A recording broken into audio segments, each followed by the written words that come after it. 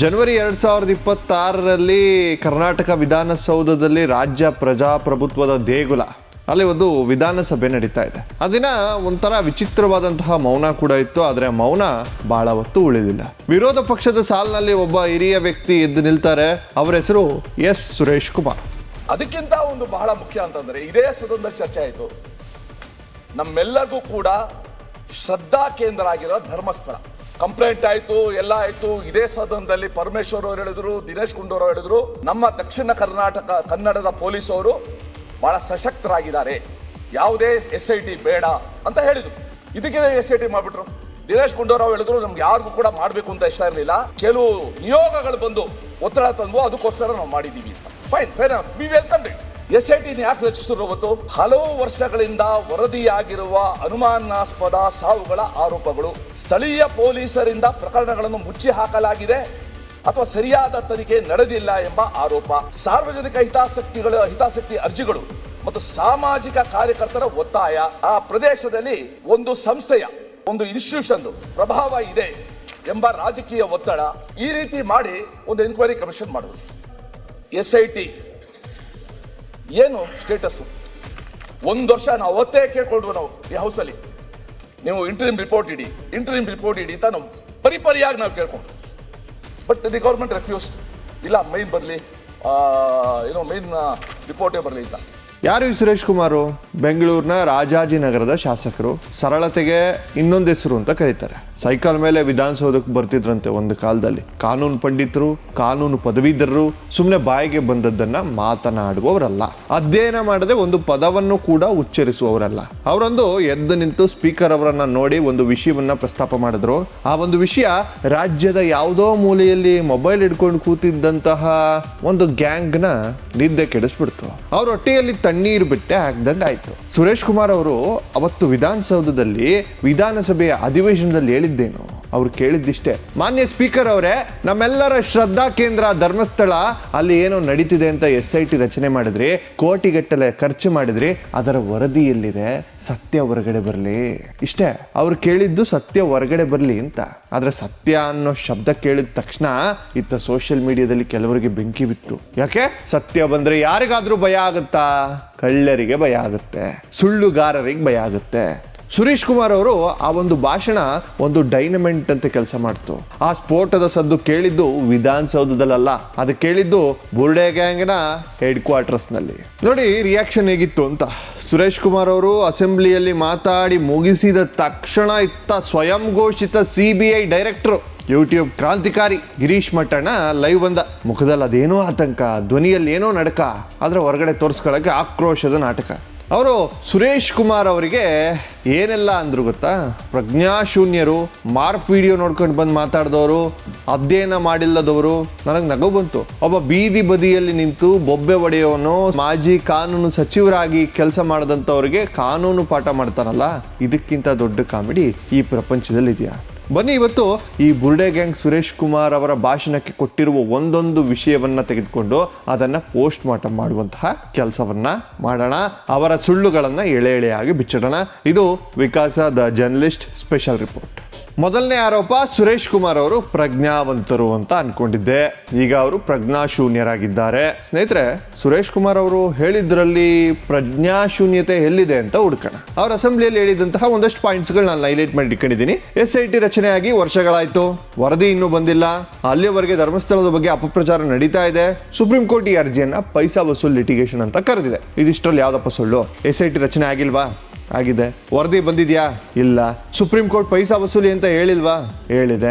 ಆದರೆ ಗಿರೀಶ್ ವಾದ ಏನು? ಸುರೇಶ್ ಕುಮಾರ್ ಮಾರ್ಫ್ ವಿಡಿಯೋ ನೋಡಿದ್ದಾರೆ ಅಂತೆ. ಅಲ್ಲ ರೀ, ಈ ಮಹೇಶ್ ಶೆಟ್ಟಿ ತಿಮ್ರೋಡಿ ಯಾರ ಬಗ್ಗೆ ಮಾತಾಡಿಲ್ಲ ಹೇಳಪ್ಪ? ಅದನ್ನ ಮಾರ್ಫ್ ವಿಡಿಯೋ ಇವರು ಮಹೇಶ್ ಶೆಟ್ಟಿ ತಿಮ್ರೋಡಿ CM ಸಿದ್ದರಾಮಯ್ಯನವ್ರ ಬಗ್ಗೆ ಮಾತಾಡಿರುವಂತಹ ವಿಡಿಯೋನ ಮಾರ್ಫ್ ಮಾಡ್ಬಿಟ್ಟಿದ್ದಾರೆ ಅಂತ ಹೇಳ್ತಾರೆ. ಸರಿ, ಅವನು ಅದನ್ನ ಮಾತಾಡಿಲ್ಲ ಅಂತಾನೆ ಇಟ್ಕೊಳ್ಳೋಣ. ಮಹೇಶ್ ಶೆಟ್ಟಿ ತಿಮ್ರೋಡಿ ಎಲ್ಲೋದ? ಅವನೀಗ ಎಲ್ಲಿ ಅವಸ್ಕೊಂಡು ಕೂತಿದ್ದಾನೀಗ? ಸುಮ್ಮನೆ ಮಾತಾಡುವ ಚಪಲ ಇಟ್ಕೊಂಡು ಮಾತಾಡಕ್ ಹೋಗ್ಬೇಡಿ. ಇನ್ನೊಂದು, ಸುಪ್ರೀಂ ಕೋರ್ಟ್ ಜಡ್ಜ್ಮೆಂಟ್ ಕಾಪಿ ಮಾಫ್ ಆಗಿದೆಯಾ? ಹೈಕೋರ್ಟ್ ಆದೇಶ ಮಾರ್ಫಾಗಿದೆಯಾ? ಸುರೇಶ್ ಕುಮಾರ್ ಅವರು ಸರ್ಕಾರಿ ದಾಖಲೆಗಳನ್ನು ನೋಡಿ ಮಾತಾಡ್ತಾ ಇದ್ದಾರೆ. ನೀನು ವಾಟ್ಸ್ಆಪ್ ಫಾರ್ವರ್ಡ್ ನಲ್ಲಿ ಆಗೋ ಎಡಿಟೆಡ್ ಮಾಡಿರೋ ಅಂತ ನಿನ್ ಗ್ಯಾಂಗ್ ಮಾಡ್ತಾರಲ್ಲ ಅದನ್ನ ನೋಡಿ ಮಾತಾಡ್ತಿದ್ಯಾ ಅಷ್ಟೇ. ಯಾರು ಪ್ರಜ್ಞಾವಂತರು ಯಾರು ಪ್ರಜ್ಞಾಶೂನ್ಯರು ಅಂತ ಜನರಿಗೆ ಗೊತ್ತಿದೆ ಆಲ್ರೆಡಿ. ಸುರೇಶ್ ಕುಮಾರ್ ಅವರು ಪ್ರಶ್ನೆ ಕೇಳಿದ್ದು ಸರ್ಕಾರಕ್ಕೆ, ಅದಕ್ಕೆ ಉತ್ತರ ಕೊಡೋಕೆ ಬಂದಿದ್ದು ಯಾರು? ಈ ನಕಲಿ ಹೋರಾಟಗಾರ. ಯಾಕೆ ಸರ್ಕಾರಕ್ಕೆ ಬಾಯಿಲ್ವಾ? ಅಥವಾ ಸರ್ಕಾರದ ಪರವಾಗಿ ಇವನ್ನೇನಾದ್ರೂ ಸ್ಪೋಕ್ಸ್ ಪರ್ಸನ್ ಆಗಿ ನೇಮಕ ಮಾಡಿದ್ದಾರ? ಇಲ್ಲೊಂದು ಲಿಂಕ್ ಸಿಗ್ತಾ ಇದೆ. ಸರ್ಕಾರದ ಮೌನ ಇವತ್ತು ಇವರ ಆರ್ಭಟ. Something is fishy. ಹೀಗೆ ಇನ್ನೊಂದು ವಿಷಯ ನೋಡಿ, ಈ ಶತಮಾನದ ಅತ್ಯಂತ ದೊಡ್ಡ ಜೋಕ್ ಅಂತ ಅನಿಸ್ತಾ ಇದೆ ನನಗೆ. 1000 ಮೂಳೆಗಳು ಸಿಕ್ಕಿವೆ, 7 ತಲೆಬುರುಡೆಗಳು ಸಿಕ್ಕಿವೆ, 306 ಹೆಣಗಳು ಸಿಕ್ಕಿವೆ ಅಂತೆ. ನಾನು ಕೇಳ್ತೀನಿ, ಮಿಸ್ಟರ್ ಗಿರೀಶ್, ನೀನು ಹೇಳ್ತಿರೋ ಹಾಗೆ ಧರ್ಮಸ್ಥಳದಲ್ಲಿ 1000 ಜನ ಮರ್ಡರ್ ಆಗಿದ್ರೆ ಆ 1000 ಜನ ಮನೆಯವರು ಎಲ್ಲಿದ್ದಾರೆ? ಕರ್ನಾಟಕದಲ್ಲಿ ಯಾರಾದರೂ ಕಾಣೆಯಾದ್ರೆ ಅವರ ಮನೆಯವರು ಸುಮ್ಮನೆ ಇರ್ತಾರ? ಪೊಲೀಸ್ ಸ್ಟೇಷನ್ಗೆ ಹೋಗಲ್ವಾ? ಅದರಲ್ಲೂ SIT ಬಂದ ಮೇಲಾದ್ರೂ ಬರ್ಬೇಕಿತ್ತಲ್ಲ, ಯಾಕೆ ಬಂದಿಲ್ಲ? ನೀವು ಹೇಳ್ತೀರಿ ಎಲ್ಲರ ಬಾಯಿನ ಮುಚ್ಚಿಸ್ತಾರೆ ಅಂತ. ಒಬ್ಬರು ಬಾಯಿ ಮುಚ್ಚಿಸ್ಬೋದು, 10 ಜನರ ಬಾಯಿ ಮುಚ್ಚಿಸ್ಬೋದು. 1000 ಜನರ ಕುಟುಂಬ ಅಂದ್ರೆ ಕನಿಷ್ಠ 5000 ಜನ. 5000 ಜನರ ಬಾಯಿ ಮುಚ್ಚೋಕೆ ಆಗತ್ತೇನಪ್ಪ? ಸ್ವಲ್ಪ ಆದ್ರೂ ಲಾಜಿಕ್ ಇದೆಯಾ ನಿನ್ನ ಮಾತಲ್ಲಿ? ಮತ್ತೆ ಹೇಳ್ತಾನೆ ಮೂಳೆಗಳು FSLಗೆ ಹೋಗಿದೆ ಅಂತ. ಸುರೇಶ್ ಕುಮಾರ್ ಅವರು ಅದನ್ನೇ ಅಲ್ವರಿ ಹೇಳ್ತಾ ಇರೋದು. ವರದಿ ಕೊಡಿ, ಆ ಮೂಳೆ ಮನುಷ್ಯಂದೋ ಪ್ರಾಣಿದೋ ಅಥವಾ ಪ್ಲಾಸ್ಟಿಕ್ದೋ ಅಂತ ಗೊತ್ತಾಗಲಿ. ಸುರೇಶ್ ಕುಮಾರ್ ಅವರು ಕೇಳಿದ್ದು ವರದಿ ಕೇಳಿದ್ರೆ ನಿನಗೆ ಯಾಕಪ್ಪ ಹೋಗ್ರಿ? ವರದಿ ಬಂದ್ರೆ ಎಲ್ಲಿ ಅದು ನಾಯಿ ಮೂಳೆನೋ ದನಗಳ ಮೂಳೆನೋ ಅಥವಾ ಇವನೇ ತಂದಾಕಿದ ಮೂಳೆನೋ ಅಂತ ಗೊತ್ತಾಗ್ಬಿಡುತ್ತೋ ಅಂತಾನ? ಅಲ್ಲಿಗೆ ನಿಮ್ಮ 1000 ಹೆಣಗಳ ಕತೆ ಟುಸ್ಸಾಗ್ಬಿಡುತ್ತೆ ಅನ್ನೋ ಭಯ. ನಿಮ್ಮ ಈ ಸುಳ್ಳಿನ ಫ್ಯಾಕ್ಟ್ರಿಗೆ ಬೀಗ ಬೀಳುತ್ತೆ ಅನ್ನೋ ಭಯ. ಸುರೇಶ್ ಕುಮಾರ್ ಅವರು ಹೇಳಿದ್ರು ಮುಸುಕುದಾರಿ ಬಂದು ಏನೇನೋ ಹೇಳದ ಅಂತ.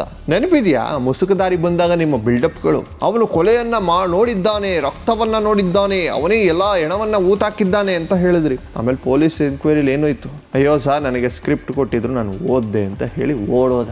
ಇದೇ ಅಲ್ವಾ ನಿಮ್ಮ ಸೋರ್ಸು? ಇದೇ ಅಲ್ವಾ ನಿಮ್ಮ ಸಾಕ್ಷಿ? ಇಂಥ ಬಾಡಿಗೆ ಸಾಕ್ಷಿಗಳನ್ನ ಇಟ್ಕೊಂಡು ನೀವು ವಿಧಾನಸಭೆಯ ಸದಸ್ಯರಿಗೆ ಚಾಲೆಂಜ್ ಮಾಡ್ತೀರಿ. ಸ್ನೇಹಿತರೆ, ಈ ಭಾಗವನ್ನ ನೀವು ತುಂಬಾ ಗಮನವಿಟ್ಟು ಕೇಳಿ. ಇದು ಬರೀ ಆರೋಪ ಅಲ್ಲ, ಇದೊಂದು ದೊಡ್ಡ ಷಡ್ಯಂತ್ರ. ಇವರು ಪದೇ ಪದೇ ಹೇಳ್ತಾರೆ, ನಾವು ಮಂಜುನಾಥನ ಭಕ್ತರು, ನಮಗೆ ದೇವಸ್ಥಾನದ ಮೇಲೆ ಗೌರವ ಇದೆ, ಆದರೆ ಆಡಳಿತ ನಡೆಸುವ ಹೆಗ್ಗಡೆ ಕುಟುಂಬದ ಮೇಲೆ ನಮಗೆ ಸಿಟ್ಟು, ಅವರು ಕಳಂಕಿತರು.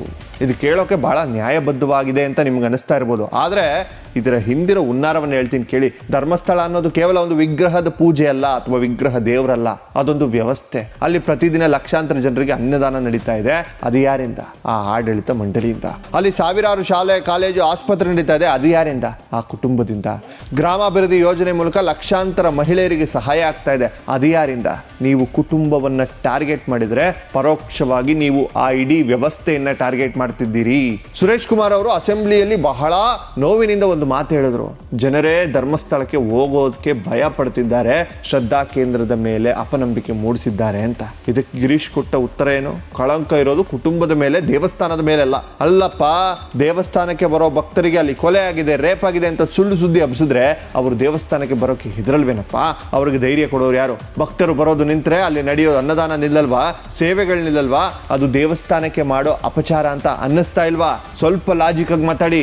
ಬ್ರಿಟಿಷರು ಕೂಡ ಇದನ್ನೇ ಮಾಡಿದ್ದು, ಡಿವೈಡ್ ಅಂಡ್ ರೂಲ್, ರಾಜ ಬೇರೆ ಪ್ರಜೆ ಬೇರೆ ಅಂತ. ಅದೇ ಟೆಕ್ನಿಕ್ ನ ನೀವಿಲ್ಲಿ ಬಳಸ್ತಿದ್ದೀರಾ ಅಷ್ಟೇ. ದೇವಸ್ಥಾನ ಬೇರೆ ಧರ್ಮಾಧಿಕಾರಿ ಬೇರೆ ಅಂತ ಹೇಳಿ ಹಿಂದೂ ಸಮಾಜವನ್ನು ಒಡೆಯೋಕೆ ನೋಡ್ತಿದ್ದಾರೆ. ಆದ್ರೆ ಕನ್ನಡಿಗರು ದಡ್ರಲ್ಲ. ನಿಮ್ಮ ಈ ಕುತಂತ್ರ ಸುರೇಶ್ ಕುಮಾರ್ ಅವರಿಗೆ ಅರ್ಥ ಆಯ್ತು, ಕನ್ನಡಿಗರಿಗೂ ಅರ್ಥ ಆಯ್ತು, ಇದೇ ರೀತಿ ಎಲ್ಲಾ MLAಗಳಿಗೂ ಅರ್ಥ ಆಗುತ್ತೆ. ಅದಕ್ಕೆ ಅವರು ಧ್ವನಿ ಎತ್ತಿದ್ರು. ಸುರೇಶ್ ಕುಮಾರ್ ಅವರ ಭಾಷಣದಲ್ಲಿ ಗ್ಯಾಂಗ್ಗೆ ಅತಿ ಹೆಚ್ಚು ನೋವು ತಂದ ವಿಷಯ ಯಾವುದು ಗೊತ್ತಾ?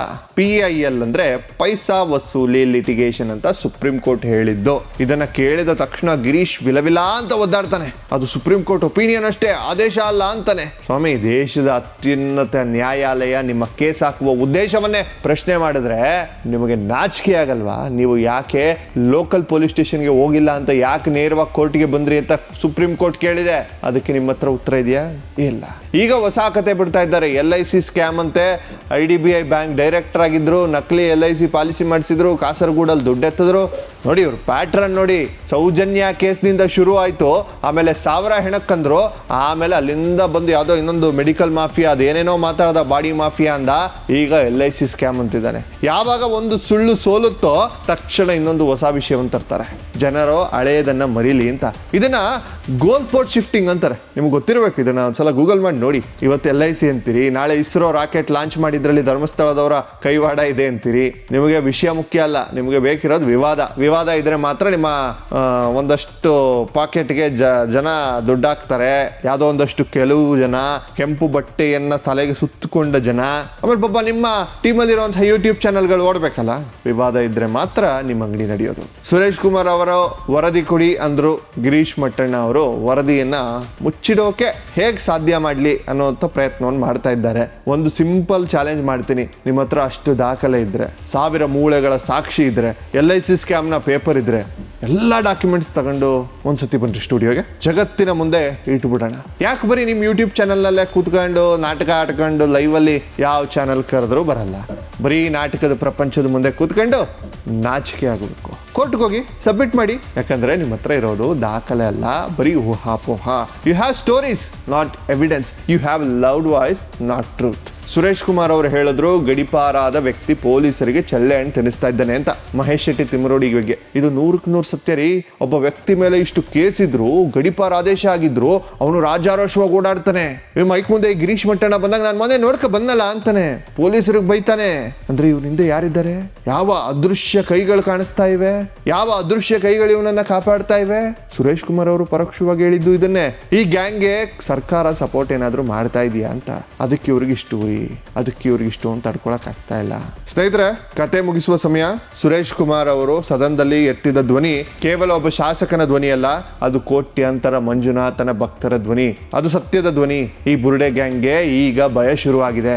SIT ವರದಿ ಬಂದ್ರೆ ನಾವು ಜೈಲಿಗೆ ಹೋಗ್ತೀವಿ ಅನ್ನೋ ಭಯ ಶುರುವಾಗಿದೆ. ಸೋಷಿಯಲ್ ಮೀಡಿಯಾದಲ್ಲಿ ಸುಳ್ಳು ಸುಬ್ಬಿ ಹಬ್ಬಿಸೋಕೆ ಕಡಿವಾಣ ಹಾಕಿದ್ರೆ ನಮ್ಮ ಆದಾಯ ನಿಲ್ಲುತ್ತೆ ಅನ್ನೋ ಭಯ.